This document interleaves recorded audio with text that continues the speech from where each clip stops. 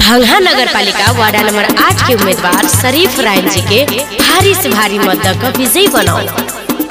Cycle छाप जिंदाबाद जिंदाबाद जिंदाबाद, जीतेगा भाई जीतेगा, साइकिल छाप जीतेगा, सबका यही नारा है, साइकिल छाप हमारा है, साइकिल छाप जिंदाबाद जिंदाबाद जिंदाबाद। सुनो हो चाचा चाची सब कोई मिलके, सुनो हो चाचा चाची सब कोई मिलके, ओई बेर मोहर लगे बई। साइकिल छाप से ओई बेर सॉरी फरन के जीते बई, साइकिल छाप से ओई बेर सॉरी फरन के जीते बई।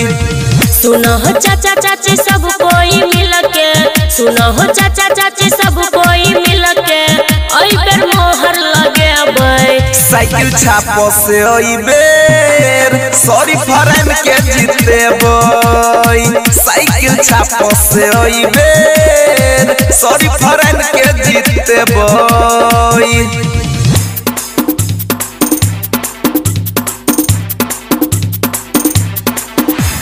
साइकिल छाप जिंदाबाद जिंदाबाद जिंदाबाद, जीतेगा भाई जीतेगा, साइकिल छाप जीतेगा, सबका यही नारा है, साइकिल छाप हमारा है, साइकिल छाप जिंदाबाद जिंदाबाद जिंदाबाद।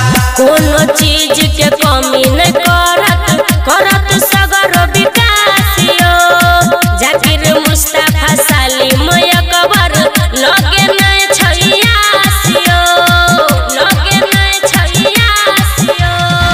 अनवरुल से होनी होरा, अनवरुल से होनी होरा, करैया गाँव चमके बई। साइकिल छाप से ओई बेर सॉरी फरन के जीते बई, साइकिल छाप से ओई बेर सॉरी फरन के जीते बई।